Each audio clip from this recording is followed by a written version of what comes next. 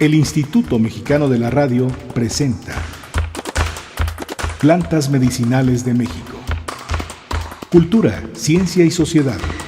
Con Ricardo Reyes Chilpa. Nuestro tema de hoy, las algas, un recurso poco conocido en México. Con fines de comprensión para los no especialistas, las algas son organismos acuáticos muy diversos. Pueden estar constituidos por una célula y solo ser visibles al microscopio, o bien estar formadas por millones de células y medir más de 30 metros de longitud. Pueden estar sujetas a un sustrato o nadar libremente. Producen el 50% del oxígeno que respiramos. En los océanos mexicanos se registran 1,800 especies de algas y 1,100 en los ríos y lagos. En el México antiguo, especialmente en el Valle de Anáhuac, donde existieron grandes lagos, el hombre usó masivamente algas verde-azules en su alimentación. Actualmente a estas algas se les llama cianobacterias. La más conocida es la espirulina, que se encuentra en las tiendas de suplementos alimenticios. Hoy día, las aplicaciones de las algas han ido en aumento. Se emplean como alimento en la acuacultura y en la ganadería. Sus pigmentos se han usado en la industria para producir cosméticos y darle color a la yema del huevo. Se han extraído compuestos químicos con propiedades antimicrobianas y antivirales. Las algas son posibles fuentes de energías renovables, como los biocombustibles, pero además de fertilizantes. También se podrían aplicar en la bioremediación de zonas contaminadas. Para hablar sobre este tema contamos con nuestro invitado, el doctor José Luis Godínez Ortega. Bienvenido, José Luis. Muchas gracias por la invitación. José Luis Godínez es biólogo y maestro en ciencias, egresado de la UNAM y doctor en ciencias por el CINVESTAB. Es curador de la colección de algas del Herbario Nacional del Instituto de Biología de la UNAM. Pues bueno, José Luis, para empezar la entrevista y el tema, ¿qué es un alga? A veces es complicado porque siempre decíamos que las algas pues eran plantas, pero ahora resulta que las algas están repartidas en 4 reinos.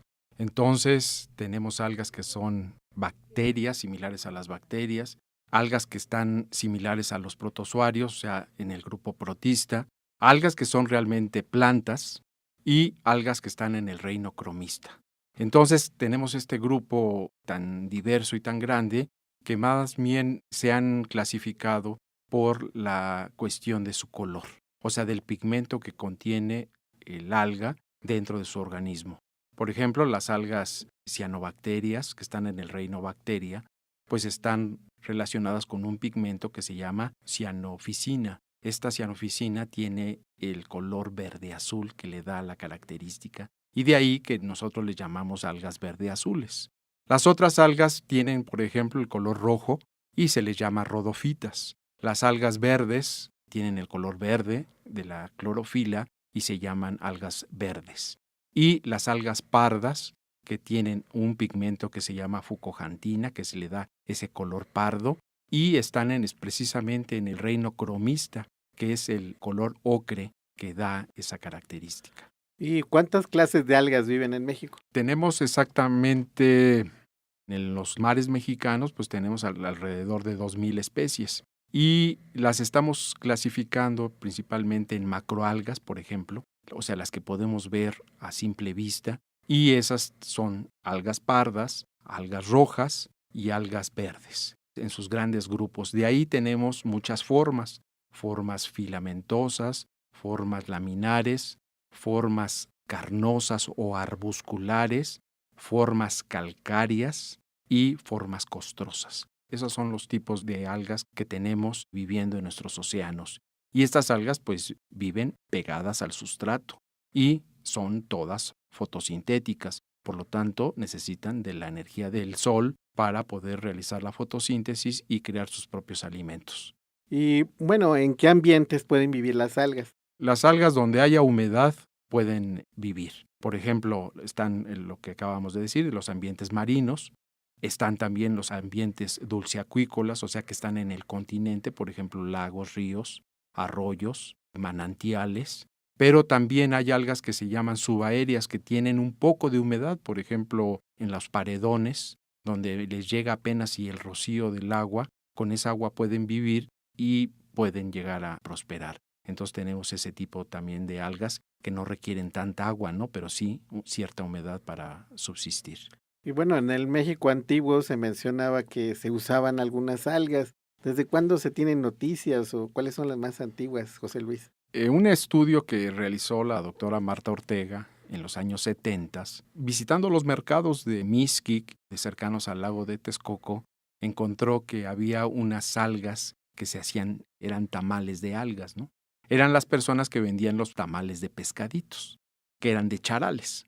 Entonces de ahí le surgió la duda porque al ver que el tamal no era de maíz, sino el tamal, precisamente la masa, era de algas, le llevó a investigar más sobre este producto. Y nos remontamos a que desde las épocas precolombinas ya se utilizaban estas algas para este sustento alimenticio.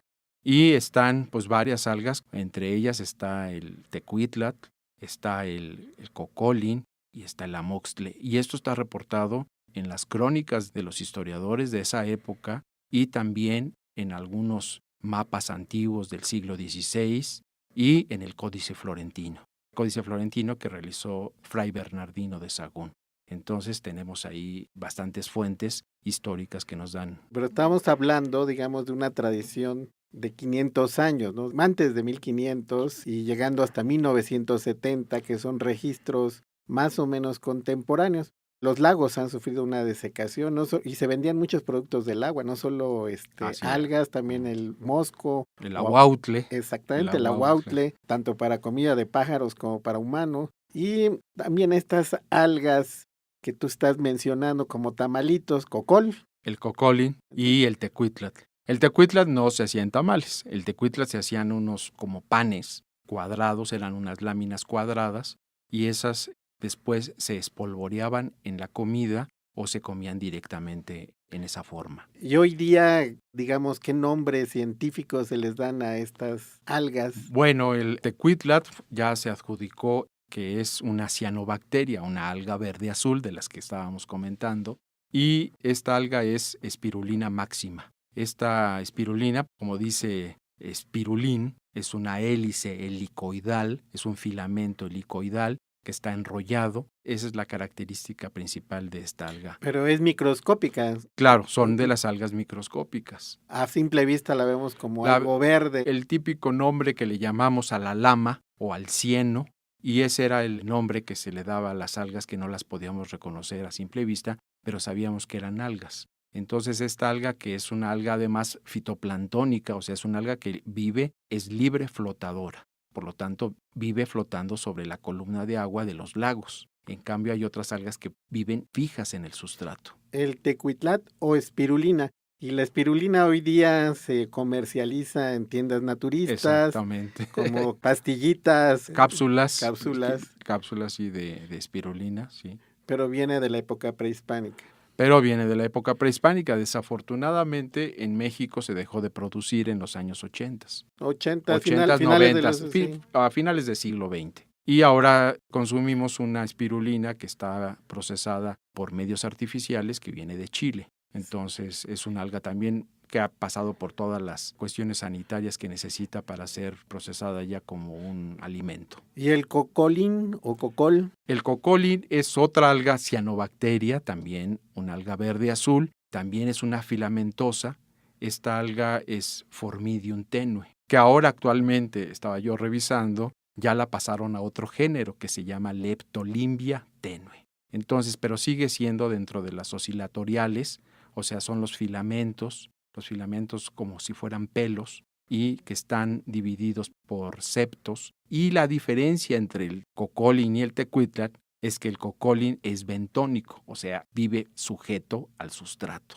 Y en alguna época del año, ya cuando crece y se hace bastante fuerte, puede llegar a flotar, pero generalmente su hábito es sujeto a un sustrato. Pero entonces tenemos las crónicas del siglo XVI y tenemos los trabajos de la doctora Ortega en 1970. Y hoy día, ¿qué pasa, José Luis? ¿Se puede encontrar estos tamales de algas? Sí, todavía yo hice mi tesis en 1982 sobre... Son 30 años. Son 30 años, mi tesis de licenciatura, sobre el cocolín. Lo hice a nivel de cultivo y también a nivel de irlo a colectar. Entonces todavía lo encontré, o sea, todavía iba a los canales de Sosa Texcoco, se podía entrar. Pero en los mercados me refería más bien. Pero yo ya no encontré el alga que se vendía en los mercados. Y eso se debe principalmente a que el medio ha cambiado y las personas dicen, pues es que ya no hay. Ya vamos a los lugares y esto crecía. Yo encontré tapetes de algas prácticamente de medio centímetro cuando eran tapetes de 10 centímetros.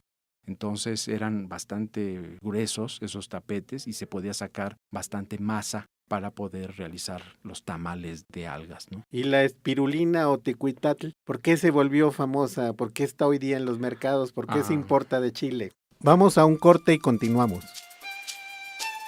Por favor, escríbanos a floramedica660@gmail.com. Con mucho gusto recibiremos sus comentarios, sugerencias, preguntas para este programa. Plantas medicinales de México. En un momento regresamos.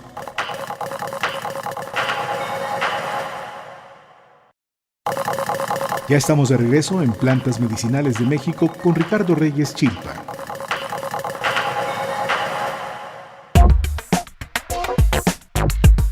Estamos conversando con el doctor José Luis Godínez sobre las algas, un recurso poco conocido en México. Y estábamos conversando sobre el tecuitlatl o espirulina. Diversos cronistas escribieron a mediados del siglo XVI sobre estas algas verdeazules o cianobacterias que eran muy comunes en esos tiempos en las lagunas del Valle de México. Hoy día, lamentablemente, ya no se consume ni se cocinan, pues prácticamente han desaparecido por la irresponsable desecación y urbanización que han practicado generaciones. Hacia 1571 y 1577, el protomédico español Francisco Hernández escribió lo siguiente: llaman los indios cocolín a cierto cieno de olor fuerte, sustancia parda que produce el lago mexicano que flota sobre el agua y es semejante al limo, y de olor parecido también, de donde le viene el nombre. Lo venden los indios y lo emplean en sus comidas para saciar su gula de cualquier manera, pues exhala un olor fétido y es alimento dañino. El cronista López de Gómora escribió hacia 1552 en términos más positivos sobre el tecuitlatl. Con redes de malla muy menuda, barren en cierto tiempo del año una cosa molida que se cría sobre el agua de las lagunas de México y se cuaja, que ni es hierba ni tierra, sino como cieno. Hay de ello mucho y cogen mucho. Y en eras como quien hace sal, lo vacían y allí se cuaja y seca. Hácenlo tortas como ladrillos y no solo las venden en el mercado, mas llévanlas también a otros fuera de la ciudad y lejos. Comen esto como nosotros el queso y así tienen un saborcillo de sal que con chilmoli es sabroso. Y dicen que a este cebo vienen tantas aves a la laguna que muchas veces por invierno la cubren por algunas partes. Bueno, José Luis, entonces nos decías que el tecuitlatl es la espirulina que se volvió famosa hacia más o menos ¿cuándo? En los 60 es cuando viene el auge aquí en México del tecuitlatl y principalmente que dicen un alga que comían los aztecas y que además es rica en proteínas. Entonces, que es muy rica en proteínas. Y que es muy rica en proteínas. Entonces, no se dice. No se, exactamente, sí. Y pues esto vino más bien a que la historia de esto es que los empleados de la Sosa Texcoco, que extraían las sales, el bicarbonato y otras sales en el lago de Texcoco, extraían estos y había una sustancia verde que les ensuciaba sus sales. Entonces, por ese tiempo vinieron los franceses del Instituto Francés del Petróleo. Que ya lo quieren desaparecer también. Ya lo quieren desaparecer. Y este instituto observaron esta alga, esta mancha verde, y vieron que era espirulina. Y por esa misma época se estaba ya estudiando el alga espirulina, pero de África. del lago Chad. Hacían lo mismo, o sea, recogían el alga, la ponían en unos hoyos y la dejaban cuajar. Cuando ya secaba, entonces se la podían comer. Entonces dijeron, bueno, pues aquí está el producto, pero mexicano. Y en África es el género Spirulina platensis y aquí la especie es Spirulina maxima. Entonces son diferentes especies, pero tienen las mismas propiedades y muy similares usos a como se realizaba allá en África. Y también crecen en lagos Y también, semejantes. y también crecen en lagos semejantes, en lagos salinos, con muchas sales, con pHs de 9. Alcalinos, exactamente. Y estos ambientes hacía que proliferaran. Posteriormente, entonces, Sosa Texcoco decidió hacer un anexo a su empresa en donde se pudiera cultivar semi-artificialmente, dado que el alga crecía naturalmente. Entonces, lo único que habría que hacer es enriquecer el agua y cosecharla y darle el tratamiento adecuado para conservarla. Llegaron a cosechar 1,000 toneladas de alga mensuales y todo esta alga principalmente iba para exportación. Bueno, la producción de espirulina, digamos que se hacía en Sosa Texcoco, cesó, bueno, aunque también los pobladores de cerca de Texcoco, de muchas de estas zonas acuáticas, seguían explotando artesanalmente, ¿no? Bueno, sí, dado que el problema es que seguían explotando, era el cocolí. El tecuitlas no se sabe todavía que la siguieran explotando los pobladores, pero la espirulina se siguió produciendo todavía en grandes cantidades y muchas escuelas, por ejemplo la UAM de Xochimilco, llegó a ir a colectar y todavía tiene cultivos de esta espirulina para estudios de biotecnología. Digamos que es una industria que ya desapareció de México. Sí, desde que Sosa Texcoco dejó de producirla, tenía instalaciones muy modernas. Tenía un gran liofilizador enorme para meter el alga y liofilizarla, llevarla en tambos. Todavía ese polvo se podía utilizar y llegó en sus buenos tiempos, llegó a ser producto de que se quería introducir en la alimentación de los niños. Entonces se hicieron experimentos en el Hospital de la Nutrición, Salvador Subirán, con el doctor Burges, y llegó a decir que, bueno, que había mucho éxito en esta espirulina. El problema de esto es que era un problema económico. Realmente la espirulina era un producto caro y además tenía una cosa en su contra, era el sabor.